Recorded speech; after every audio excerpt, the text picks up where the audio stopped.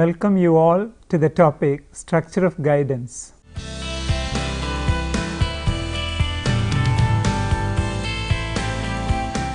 One of the important factors that the integration of guidance depends upon is the effective plan of organization from which to draw its principles and practices.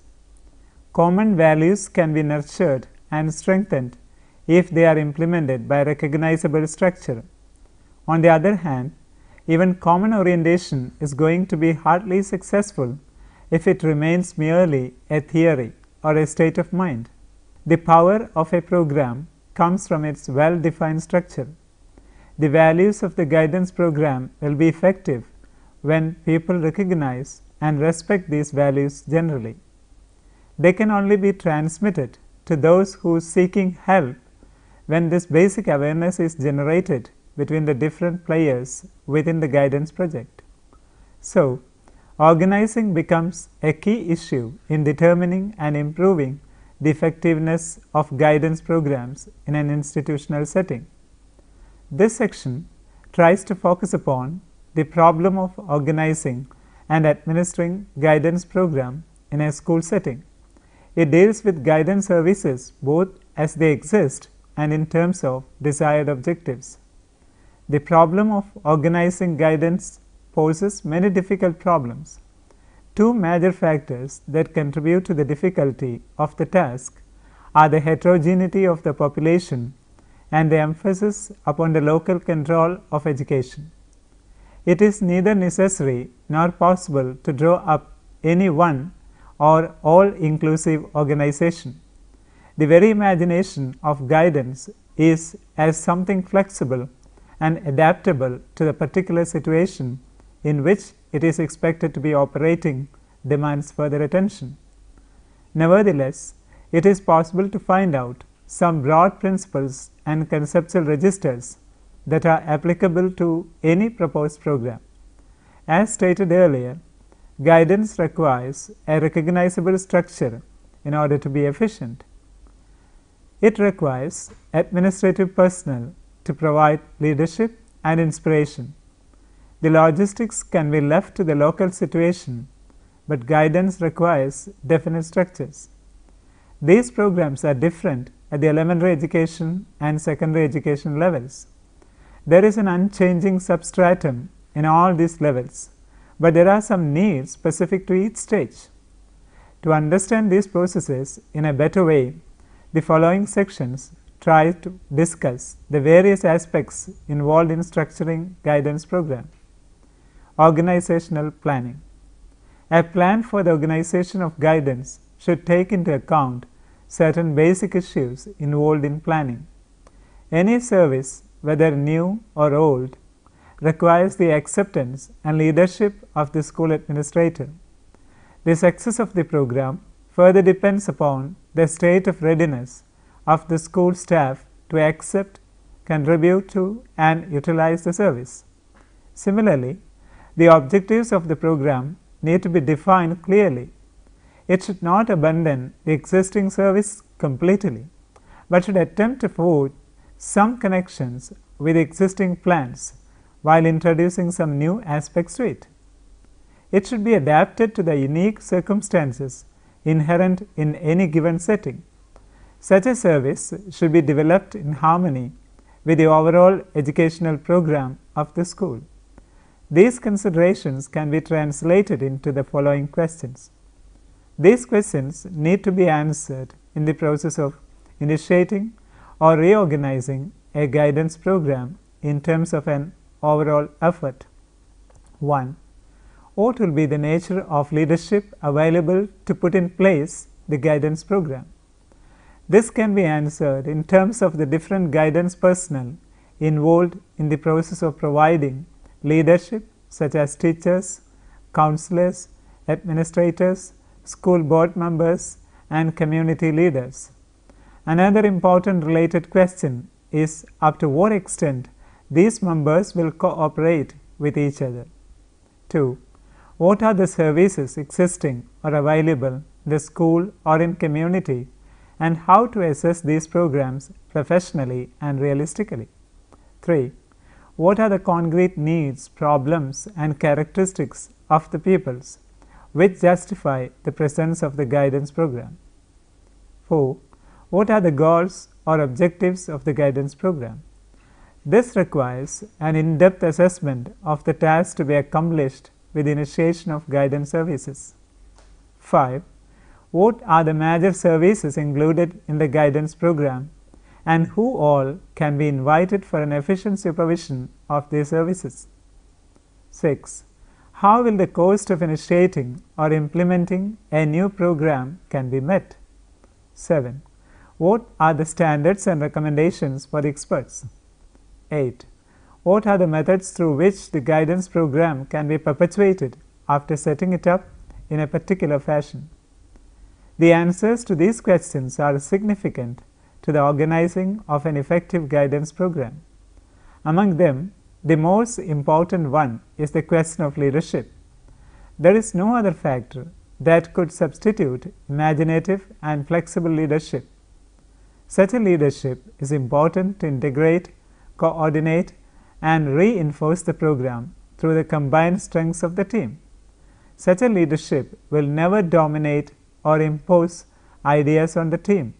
On the contrary, an effective leadership can instill a sense of participation in different team members through goal-oriented and transparent communication methods.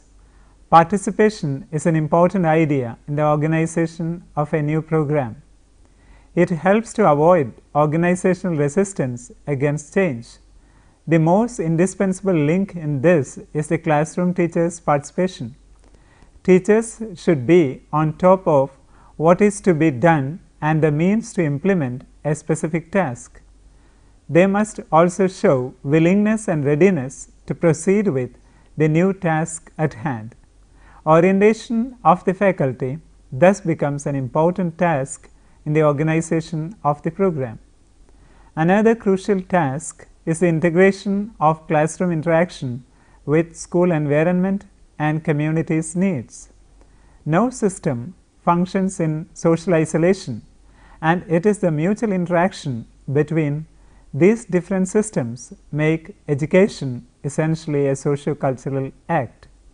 In that sense, school and community have identical purpose, and guidance should focus on school-community interaction, and this will give an added impetus to the program. Also, such an interaction helps to mobilize new resources to the program. Some methods of realistic assessment are required to evaluate the existing program to understand the pros and cons of it. This evaluation can provide valuable insights and great starting points for the new program. It would also help to get a realistic picture of the strengths and weaknesses of the existing team. Communication and public relation too are part of organizational jobs related to effective guidance. Communication makes the decision available for the scrutiny of student community and helps them to be aware of the choices and alternatives provided to them. This ensures active participation of students, which further reduces the risk of resistance from them. Before moving into the actual implementation of the guidance program, it is desirable to form temporary guidance committee. This committee can make certain preliminary measures before application and can initiate the aims and procedures by which to guide the very process of organization of guidance. In most cases, the administrative body calls for volunteers from whom a temporary committee can be formed till the permanent committee takes over the program. These temporary committees can do much to lay the groundwork for the successful implementation of the guidance program. This temporary committee can request the service of specialists for an effective appraisal of the program they are planning to implement. The pre-organization committee can also make some moves to ensure community's participation. Temporary committee's effectiveness determines the extent to which the transition from program to another is smooth within the school. Team concept of guidance. The team concept of guidance treats it as a collective task where effective guidance occurs as a result of the cumulative effort of the members of the team. Each member is an integral part of the team, and the absence of any of the member weakens the network significantly. These are chains that must be put in place and must be activated, keeping in mind that each member in the chain is unique and contributes uniquely to the process. The equality among different members too must be articulated clearly so that no single member will be burdened with extra responsibility and no single member will be allowed to take the credit of the guidance work. One accepted rule of thumb for effective functioning is that there is no star performer in the team, but all should make their contribution a star performance, so to speak. Only then can guidance truly function. The different members in the guidance team include administrator, teachers, school counselor, school psychologist, school nurse, school social worker, representatives from parents and student representative. Following is the discussion of the functions of each one of them in the web of relations. Administrator. The duties and responsibilities of the administrator are many and varied. It includes administrative, organizational, research, personnel, scheduling, supplies, curricular and evaluation.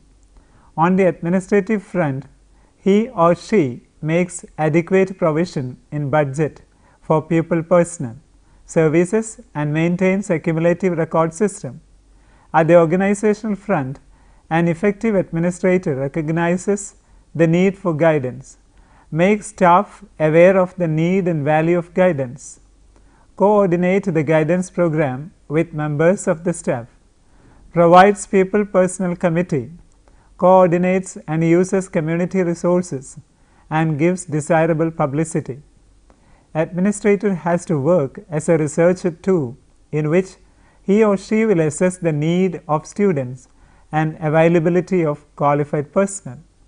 The perceived gaps in skills and expertise need to be filled with recruiting qualified hands. The administrator also schedules the time of counseling and make it flexible, keeping in mind the classroom activity. Administrator can initiate the process of evaluation and provide more in-service training and curricular and non-curricular development desirable to the school. Teachers.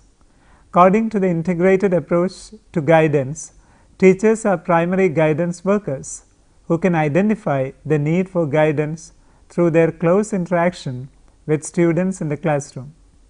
A teacher cooperates with the administrator and counselor in the process of guidance. They can provide a climate conducive for psychological development and initiate discussions around the developmental task for each stage in the classroom.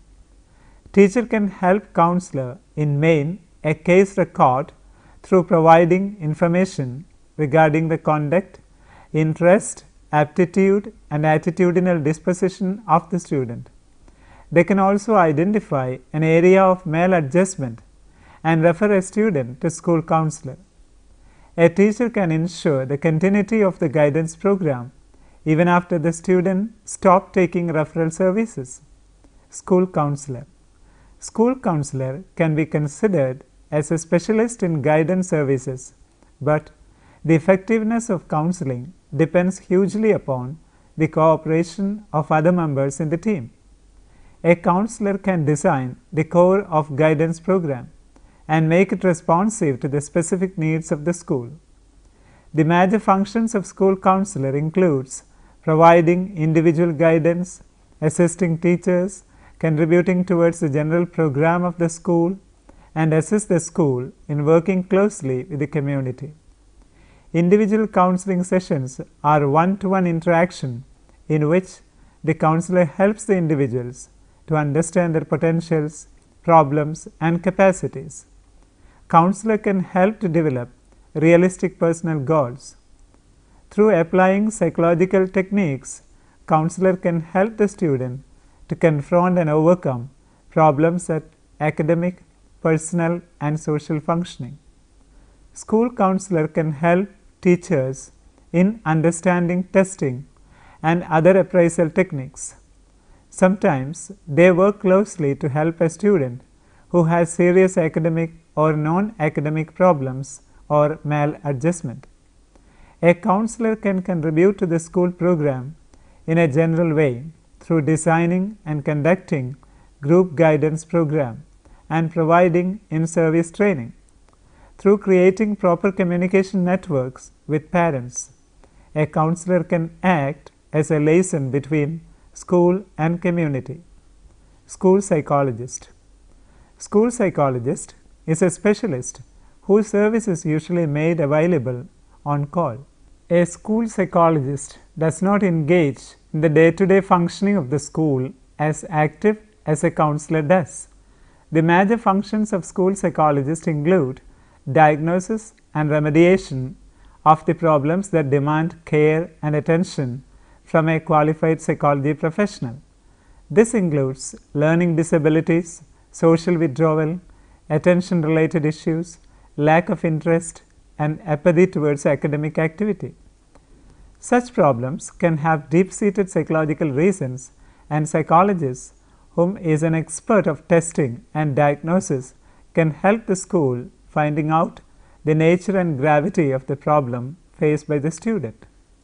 School psychologist handles the referrals and can act as a consultant in service programs. There are many other members whose role and function can be broadly discussed here. They are not indispensable members of the team, but their presence can hugely improve the efficiency of the program. First one among them is school nurse. A nurse is supposed to keep a detailed health report on each child. He can also identify the problems related to orthopedic functioning and problems related eyes and ears, etc. Nurse can provide valuable information during the process of diagnosis. The next member is the doctor or physician, whose service is required sometimes to understand the presence of problems that contribute to general academic underachievement and psychological malfunctioning. The social worker is a crucial player in setting up the link between home and school. The social worker can bring up issues that might be extraneous to the school but can affect the school functioning.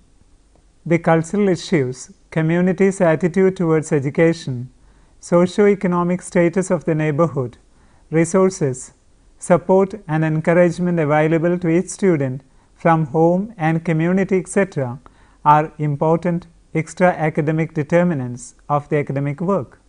An effective guidance program should take all these into consideration while designing a program.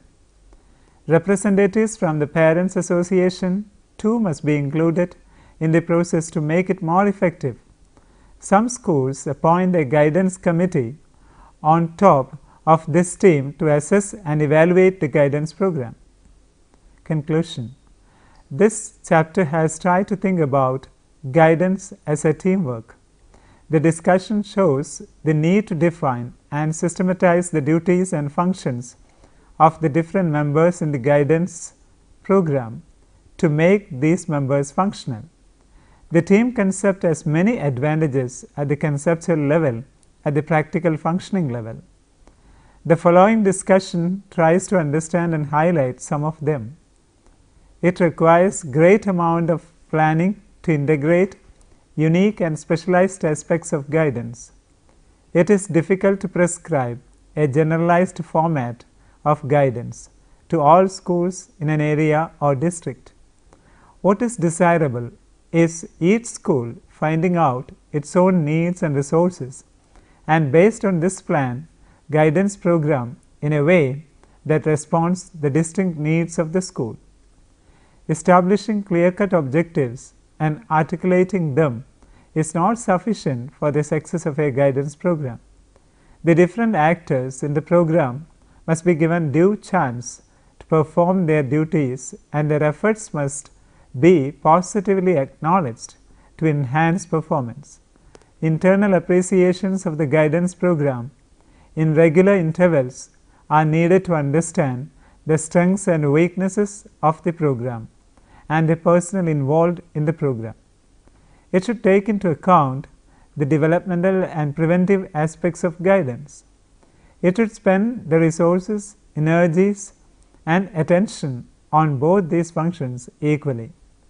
That would help to avoid breakdowns and enhance constructive behavior. The team model also helps to integrate the school activity with community interactions. This, in a way, gives the program a context and specificity. The involvement of social workers helps preventing the school falling into a view of the school as an isolated entity. Team approach helps for better employee stimulation and coordination. It's helpful in generating feelings of caring and sharing among the team members and increase their productivity through collective problem solving.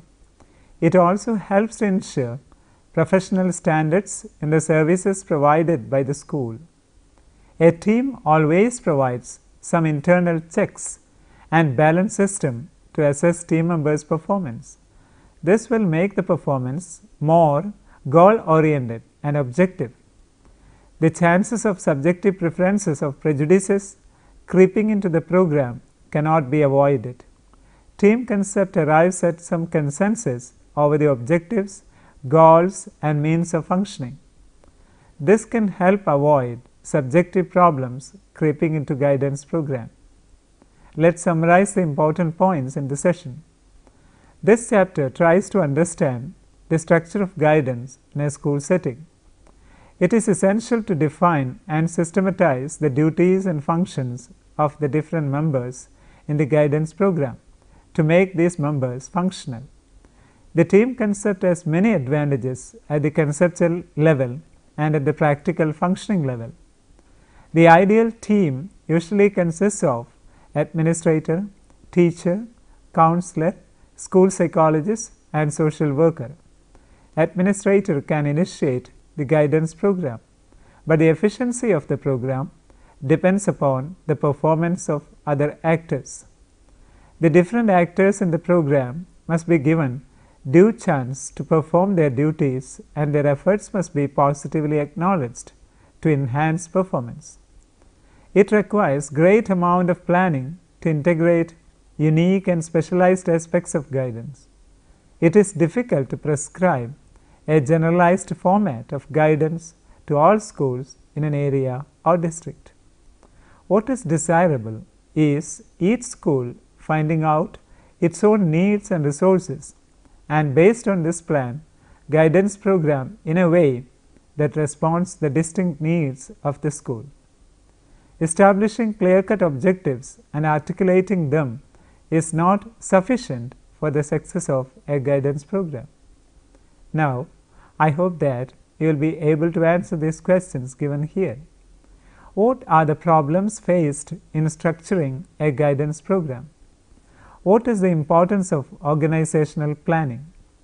What is the team concept of structuring? What are the duties of a school counselor?